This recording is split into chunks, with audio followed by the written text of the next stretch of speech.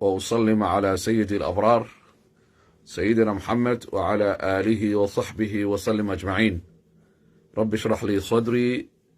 ويسر لي أمري واحلل عقدة من لساني يفقه قولي. ربي يسر ولا تعسر عليه. السلام عليكم ورحمة الله وبركاته. أدونك أن كنا لنهي qof walba ama muslim ama gaal culays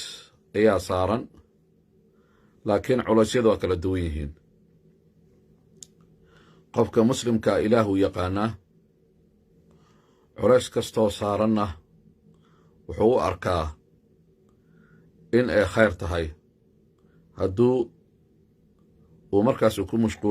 ku mashquulsan yahay wax khayr ah. duco waxaa jirto cajiib badan oo saxiix ah xadiiskiisa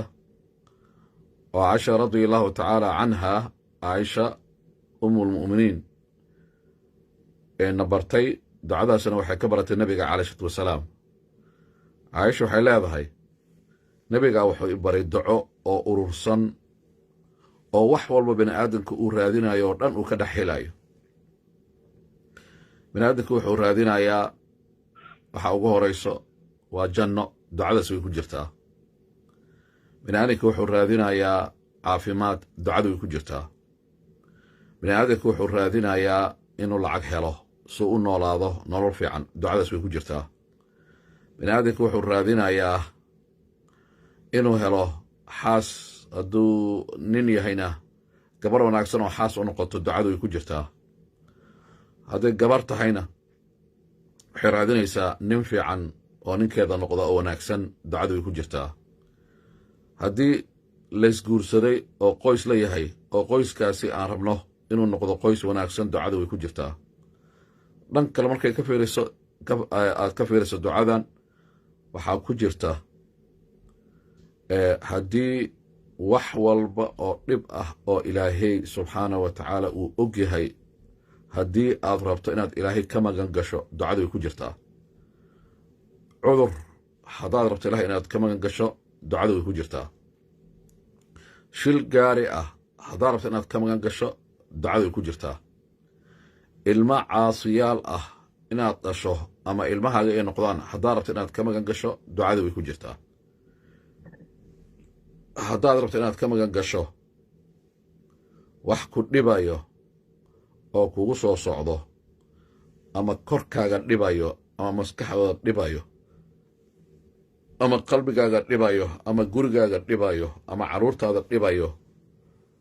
oo aad rabto inaad ka magan gasho, ducada way ku jirtaa. ilaa culummada ay yidhaahdeen ducadan waa jaamic, macnaha waxay ururisaa wax walba. qofkii nebiga calai salaam ducadoo koobanaa idiin sheegayaa, kadibna waxaan isku dayayaa ducadoo qoran caawa hadduu ilaahay yidhaahdo inaan idin soo dhigo whatsappkayga, ama aan u soo diro umu yuusuf oo iyadana markaasi ay idin soo dirto iyadoo qoraal ah. ibnu maajih iyo imaam axmed iyo waxay yidhaahdeen, imaam albani wuxuu yidhi ducadan xadiiska waa saxiix. ducada waxay ku bilaabmaysaa qofkaa gacanta kor u taagayaa, waa weyse qaadanaysaa, gacanta kor u taagaysaa, qiblada u jeesanaysaa. ducada waxay leedahay ku bilaabmaysaa allaahuma inii as'aluka min kulli khayrin. fiir waxay ku bilaabatay allaahumma ilaahow inii aniga as'aluka waxaan ku weydiisanayaa min kulli khayrin, wanaag kasto, wax walboo khayr ah. caafimaadaan ku weydiisanayaa,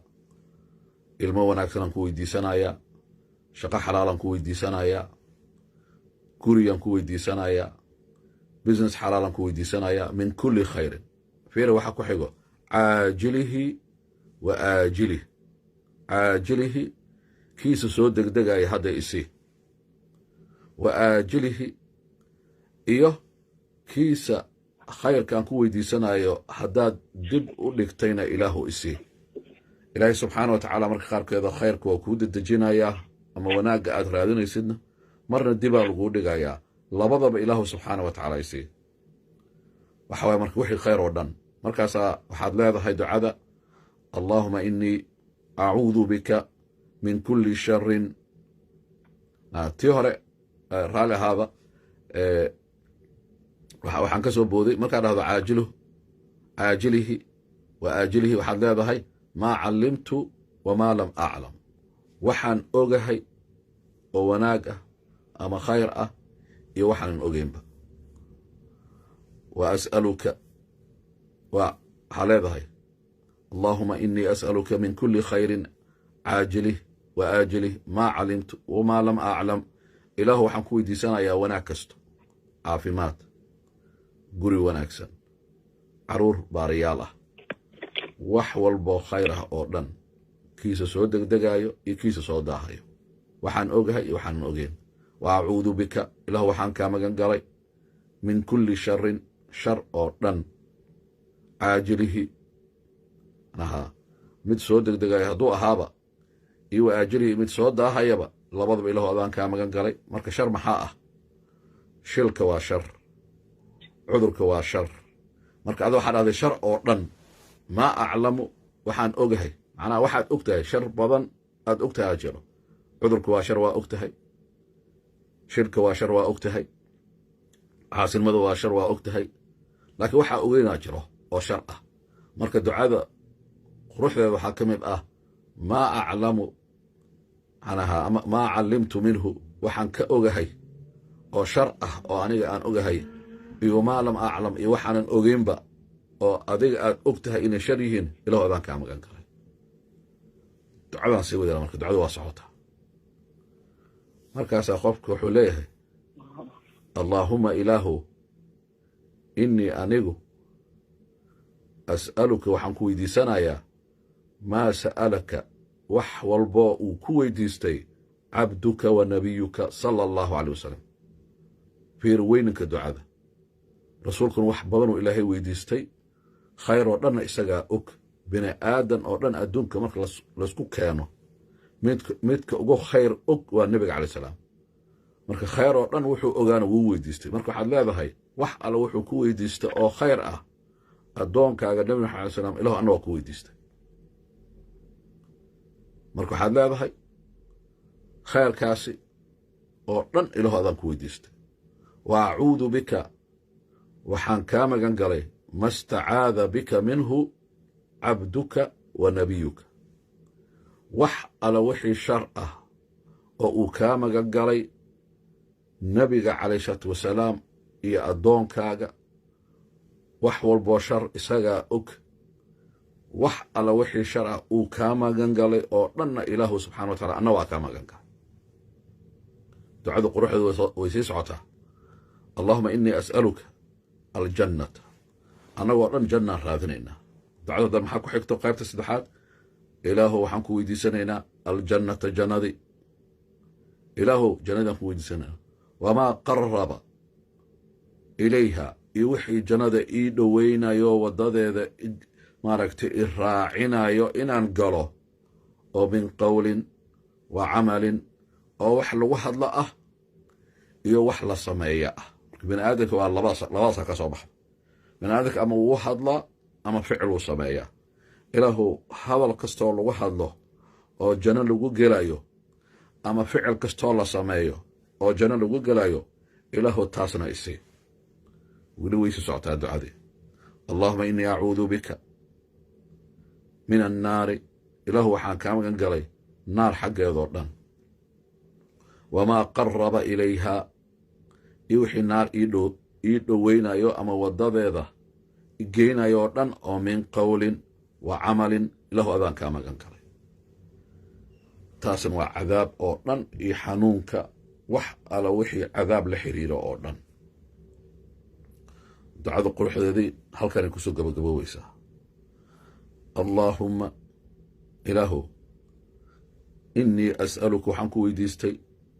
an tajcala kulla qadaa'in wax walboo xukuntay lii aniga oo qadahaaga oo xukun ah oo igu dhacay oo aad og tahay waxaan ku weydiistay inaad ka yeesho khayran allaahumma إني أسألك أن تجعل كل قضاء لي خيرا وحول بو يقول عودن نوع دونها هذا دعوة وحول بو يقول عودن حتى هدي حنون آن دريمو إله خير إيجير هدان دريمو إني وحون يقول دعي وحو دونها هذا إله خير إيجير دعاداسي وإذن سوق رايا حفظية كدو عيستا مالين والبو إلهي سبحانه وتعالى وحو إدين سينا يا وح والبو خير وأدرادين يسورنا وكامقا إلهي وحو إذن كحجابا يا وح والبو شر وآد كعب سنيسي وآد أكتهي إيا وحادا أغين ورنا marka ducadaasi culummada qaar ama culummo badan aan dhehe waxay yidhaahdeen waa acdam ducaa oo rasuulka caaisha uu baray waa ducada ugu weyn oo rasuulka uu baray calayhi salatu wasalaam caaisha radiallahu tacaala canha marka waana soo dhejinayaa videogan oo facebooka oo aan duubayana hadduu ilaah yidhahdo waa idin soo dirayaa saad ducada u xifdisaan hadduu ilaah yidhaahdo marka casharkeena maanta intaasuu ku kooban yahay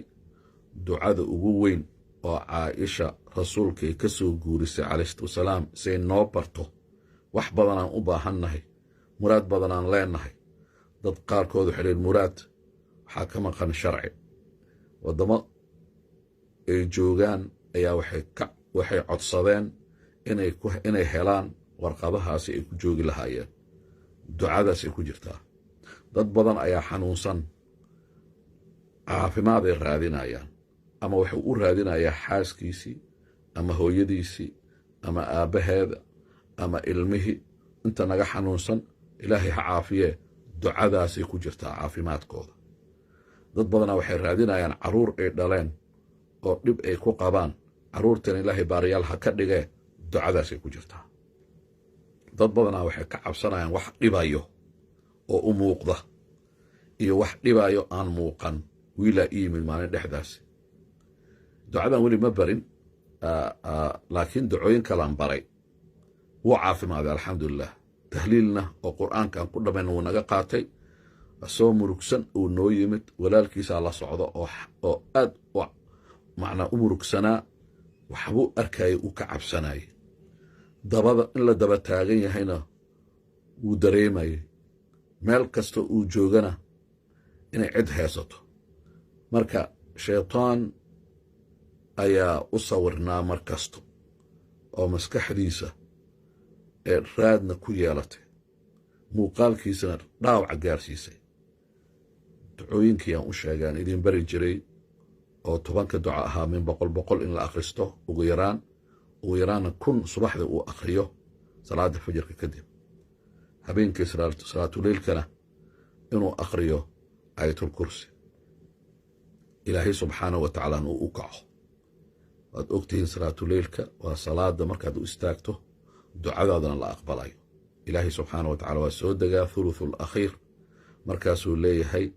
hal min saa'ilin fa uctiya qof wax weydiisanaya ma jira ducadan ku ducayso waa siinayo weli ilaahay subxaanahu wa tacaala